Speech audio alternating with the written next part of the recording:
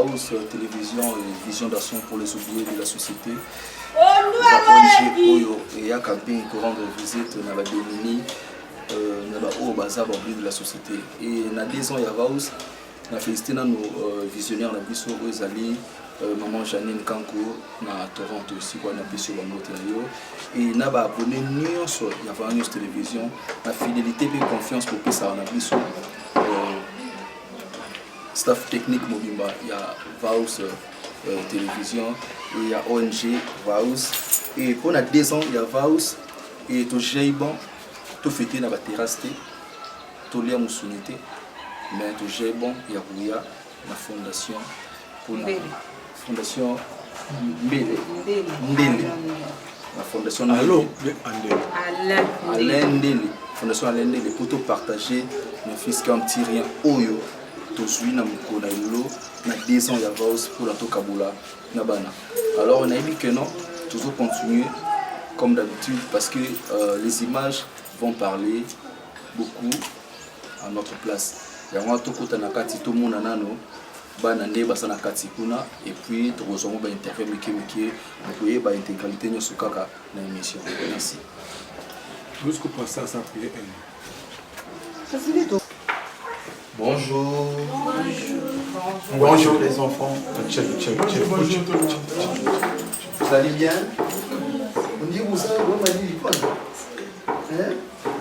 Regardez lui, non? Vous voyez timide de quoi? Le anniversaire, il y a Vaus. Le j'ai moi, il y a dans la vie. C'est comme si on a un problème.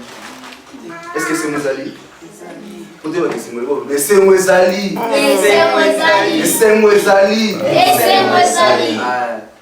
Parce que dans l'occasion où il y a l'anniversaire, aussi on a aussi la prière et puis pour tout dérouler l'événement final.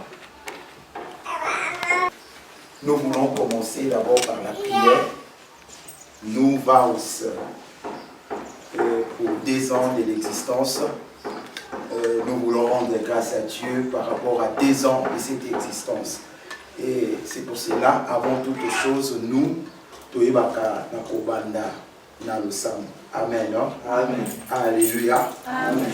Tolingi to rendre grâce et pas dans Zambé. Pourquoi? Parce que à Sali que Vaus au moins 2 ans, malgré leur réalité, malgré quoi que ce soit, mais Zambé a Zosungabiso de jour au lendemain. Il y a toujours des actions par-ci, par-là, na oyo zamba zeba na kopesa biso. Yango wana ici katozali toza concentré au moins pendant 15 minutes, nous voulons rendre grâce à Dieu. Merci Jésus. Merci Jésus. Oh, alléluia.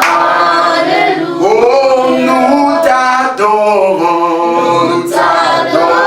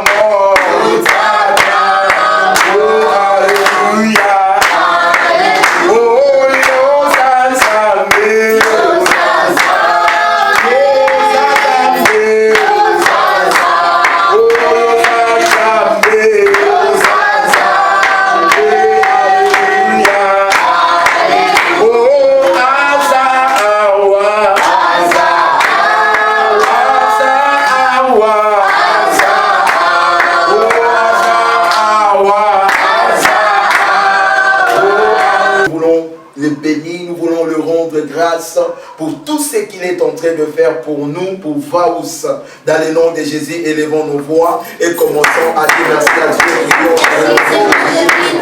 Quel Dieu de grâce, nous te disons merci Seigneur, Dieu de grâce, Seigneur, et quel Dieu de grâce, mon Seigneur, Dieu de présence, et quel Dieu de grâce, nous te rendons grâce Seigneur, et quel Dieu de grâce, sois béni, mon Dieu, et quel Dieu que tu as fait, Seigneur, Dieu de grâce, pour Vaus.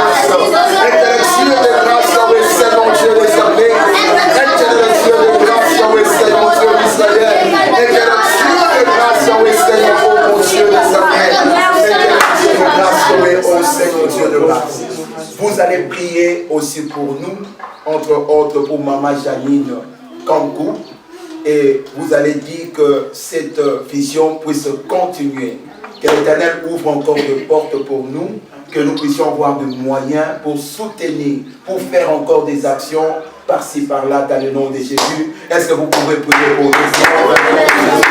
Éternel Dieu de grâce, je prie, éternel Dieu de santé, éternel Dieu de grâce, pour cette vision, pour Maman Janine, éternel Dieu, nous prions, éternel Dieu de grâce, au Seigneur, éternel Dieu de grâce, au Dieu des armées, éternel donne encore le moyen, Seigneur Dieu des armées, éternel pour que nous puissions faire Seigneur de l'action, les actions, Seigneur Dieu des armées, ouvre encore Seigneur Dieu des armées, élargis encore, éternel cette vision, Seigneur Dieu, bénis éternel Dieu de grâce, éternel Dieu de grâce, que tu as permis que nous soyons ensemble dans cette orphelinat, Seigneur Dieu. Que ton nom soit glorifié, que ton nom soit béni. Éternel, je recommande, Seigneur, ces orphelins, car tu as dit, Seigneur Dieu, le Père des orphelins. Éternel Dieu de grâce, je le bénis. Éternel Dieu d'Israël, je bénis encore, Seigneur, des ans de l'existence, Seigneur Dieu de Vaus, Seigneur Dieu d'Israël. Soutiens, Seigneur Dieu de grâce, toute personne, Seigneur Dieu, qui met, Seigneur Dieu de grâce, la main dans cette vision, Seigneur Dieu, pour que les actions, Seigneur, puissent continuer, éternel Dieu des armées. Je bénis, maman, éternel Dieu, Janine Kankou, que la grâce coule encore en elle dans le nom de Jésus. Éternel Dieu de grâce, je recommande, Seigneur Dieu d'Israël, cet orphelinat entre tes mains, que la paix, éternel, tout celui qui est malade dans cet orphelinat, Seigneur, soit guéri. Éternel, que ta main invisible, Seigneur Dieu de grâce, sur ces orphelins, éternel Dieu de grâce, pour la personne qui les encadre, Seigneur Dieu, dans le nom de Jésus de Nazareth. Je bénis, éternel Dieu de grâce, toute la vision Vaus, Seigneur Dieu, toute personne qui travaille, Seigneur Dieu de grâce, dans le nom puissant de Jésus. Que la gloire te revienne dans le nom puissant de Jésus. Avec les actions de grâce, nous t'acclamons parce que tu as fait le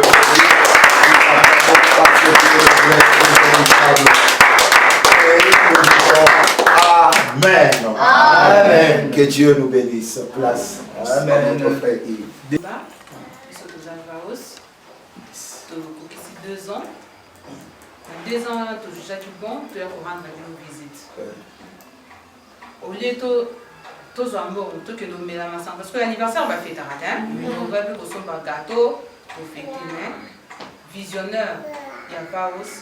Souci arrivera beaucoup plus dans l'action humanitaire. Donc, on a l'orphelinat, dans la place de Béné.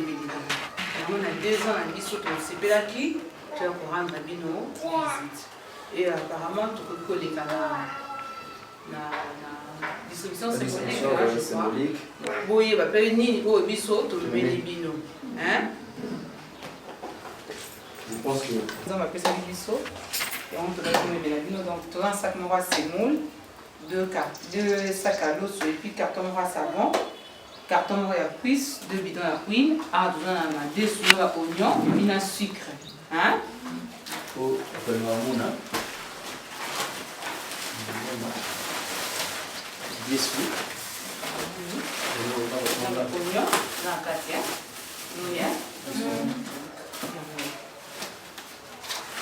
Le carton savon. Eau de pizza. Bidon, il y a huile. Donc, c'est un peu ça. Il y a un peu de ça qui est là. Bino na Katia, fondation de. Aussi, c'est dans la Didas. Là, c'est la 3e littéraire. La coquille, c'est 3 ans. La fondation. La fondation le pays bagité que je veux j'ai salué par la gloire de Dieu. Je peux se dire merci et je peux se dire la meilleure protégée, a fait ça bien ma coquille. Donc, il faut continuer à faire ça là-bas. On fait les sous Et Zambé a pambola bino, après ça bino souffre de vie. Alors c'est la bino vie mon là vraiment. On n'a pas besoin de ça la Bon, merci. Alors, la difficulté, nous avons la fondation à l'Inde. Bon. Alors, tout ça, difficulté, oui, pour les autres côtés, nous sommes un peu difficiles. Et courant, nous avons un courant vraiment ambienté. Depuis que ça lit déjà 2 mois, il y a quand même des choses. Bakati bino tu zaka ka promesse nel. Problème est signal quand Bon, régie des eaux ça va. bon. Côté au mai pénal de combattre pour les hommes quartier mon corps. Il y a 6 cadres construits. Ainsi que nous sommes arabes, maïto, maïo bimana, maboulonde ou c'est là. Ah oui, c'est ça. Mai, tout qui a consommé du côté où bon. Vous avez un forage? Forage, c'est ça? Vous avez un forage? Oui, ça a sabatimba quand Ah, vous avez un puits, hein? Vous avez des puits? Parce qu'on va plus perdu, on a pour me laper maïona. Non. Juste les gars pour nous on est juste préparé, qu'on on a donc c'est que si je comprends bien, c'est que le message nous que c'est dans la baie autour de la question parce que la grosse la bien paix dans les finances, nous sommes maï et belé et pour permettre bien nous s'en servir en mieux.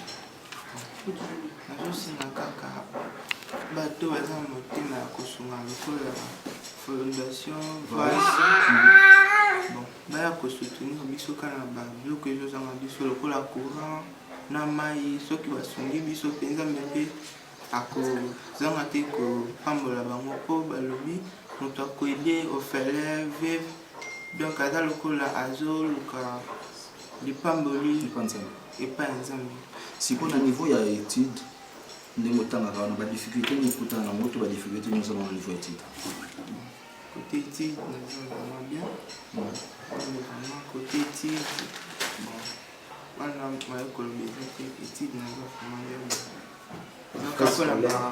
frais scolaire c'est bon to badifficulté ya frais scolaire ezali badifficulté eza te ezaka mpona bandeko nango mosusu bon bawana baza problème ya étude kotanga na kokoma nde na babandi otanga te parce que mbongo eza mpona mbongo ezali makoki ezali sikoyo lokola bango bayaki bima retard mai mpe bakota bongo ezali esengo bazwa temps bazwa temps bazela temps me l'année prochaine nde bakoka ok namoni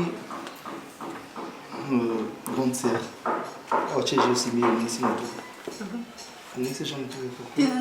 bonjour comment on a Miradi. Très joli. Merci beaucoup. Miradi, vous avez Dans un cancer de Bango, nous avons presque dans le mois de mars. Nous avons déjà Bango, tellement que nous voyageons qui avec une ISP, jeudi. Moi voyage avec ma moitié, nakendaki et puis tant na kozonga na kokomela awa. Sikoyo nde bovandra awa. Ba difficulté ni vraiment majeure pour les amis. Oyo c'est ma non, il faut ba jabina na coup de pouce dans niveau finance. Moi je pense à part courant et de l'eau. C'est un peu dérangé ici. Mais tout il y en a, on est bien, on s'amuse bien. On s'inquiète de rien, tout ce qu'on demande. Notre papa là, il est là. Et ce que je peux dire, nous remercions d'abord l'Éternel pour votre visite. Ce n'est pas de nous tout le monde. Et nous croyons notre Dieu que nous prions ici, qu'il vous fasse grâce. Alors, un message à Maman Janine quand vous regardez en direct du Canada. Précisément, on a vu la Toronto. Un message pour elle. Donc, Maman Jeannette. Maman Janine, nous vous remercions beaucoup. On n'a pas beaucoup à parler, beaucoup à dire, mais ce qu'on a vu, c'est déjà beaucoup pour nous. Et ce que tu as fait, c'est beaucoup déjà. On n'a rien à dire. Que le bon Dieu te bénisse, il te garde, elle te garde encore. Que le bon Dieu fasse de toi une femme, parmi les femmes. La Bible nous dit, la main de Dieu n'est pas courte pour sauver, ni son oreille pour attendre. Donc, il est là pour nous, l'Éternel. Que l'Éternel que nous prions ici, le soir aussi son Dieu. C'est ce que je peux dire. Ouais. Ok, merci beaucoup. Merci. À qui les tours? Bonjour camarade. Bonjour. Ça va? Ça va?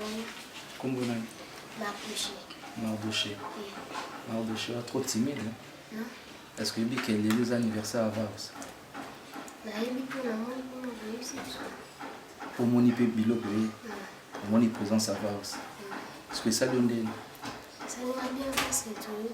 Oh, tu connais que vous êtes dans le il faut amen. Mardoché. Est-ce que le problème na yo, la difficulté na yo, aux anango, les années ça n'a pas trop à la vie. La difficulté mondiale, sauf qu'il y a une chose pour la main et la courant. Le bon niveau d'études. Tout ça passe bien. Vous êtes en classe 6e primaire. Ah bon? Première période de Zoï. J'avais 59 et 2 ans. Non, moi je suis le fou. Hein? Le deuxième de la classe. C'est ça que je vais cadeau, j'espère. Si vous avez ça dans ma janine, mandenge bayekotala bino bo basuka a eza mali busaka eza pe basuka to kina fili bila to ya mali boya ka so nza pambola. Merci. Na remercier na ono sa pesi biso nza pambola ya bakisa na o aluki po apesa biso nza pambola na makanisi ya zui a continuer ko pambola. Merci. Bonjour. Bonjour. Comment vous allez? Solange. Solange. Ah, voilà comment mère Alec Nama. Vous maman Alec Nama. Oh bébé vraiment. Aime-moi dire par rapport à visite. Mon yonde. Na moni yango kitoko na oyo bosali mpona biso ezamba suka te ya biso te mpona kokanisa na biso bosala lisusu ya boye ya koleka parceke toza na esengo mpo tomoni biloko ya botopesi merci na bao nyonso to bakanisaka na orphelinat yende. Merci beaucoup. Komona boye mo so na hotel te vous fuvandeni ba discussion à la distance autre. toza kitoko makasi. Mère morale. Mère morale. En tout cas, merci beaucoup. Bon, maman, maman, apparemment, tu veux boire à 12. Mais, comme ça, ok. Mon cousin dans l'hôpital.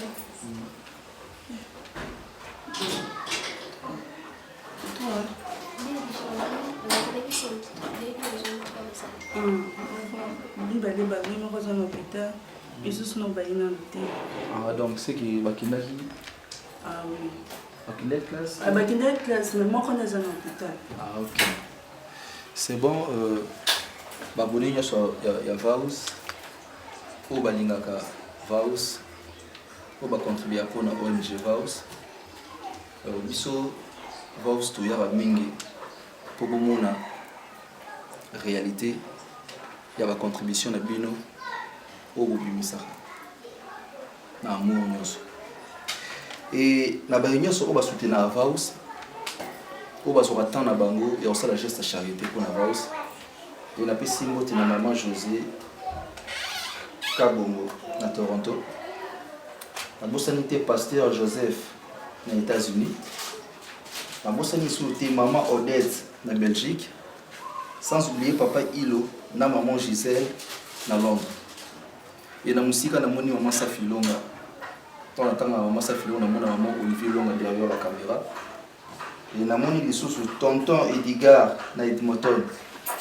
Sans oublier la patronne, maman Janine Campo, le visionnaire de l'ONG Vaus, Vision d'action pour les oubliés de la société.